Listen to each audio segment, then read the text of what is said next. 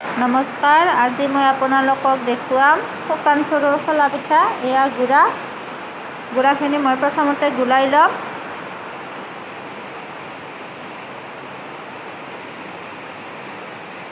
এয়া গুড়াখিনি ওলাই আছোঁ মই। গুড়াখিনিত মই অলপমান নিমখ দিম। নিমখ আৰু অলপমান ইয়াতে খাৰ দিম মই, কলৰ খাৰ।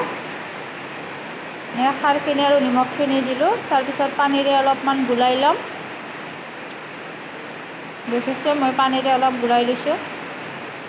আপোনালোকে এনেকৈ পিঠা খালে এনেকৈ গুলাই ল'ব। গুড়াটো বেছি ডাঠ নকৰিব আৰু বেছি পাতলো নকৰিব, এনেকুৱাকৈ কৰিব। তেতিয়াহ'লে হৈ যাব গুড়াটো। এনেকৈ সানি ল'ব। এইবাৰ মই চৰুখন বহাই দিছোঁ। চৰুখন অলপ গৰম হ'বলৈ দিম। এই পিঠাখনত তেল ব্যৱহাৰ নহয়, অকল পানীৰে বনোৱা হয়। আপোনালোকক দেখুৱাম কেনেদৰে বনায়।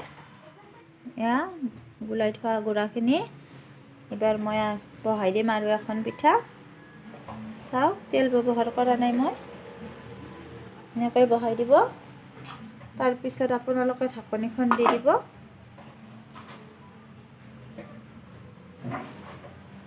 এইবাৰ পিঠাখনৰ চাৰিওফালে অলপমান পানী দিব। এনেকৈ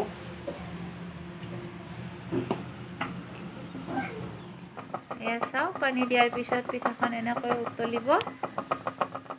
পানীখিনি শুকোৱাৰ পিছত আপোনালোকে ঢাকনিখন খুলি চাব পিঠাখন হৈছে নে হোৱা নাই। এয়া মোৰ পিঠাখন হৈছে, দেখা পাইছে।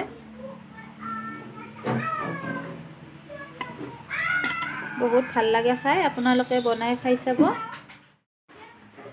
এনেকুৱাকৈ আপোনালোকেও বনাই চাব আৰু খাই চাব। ভাল লাগিলে মোক লাইক কৰিব, কমেণ্ট কৰিব, ছাবস্ক্ৰাইব কৰিব।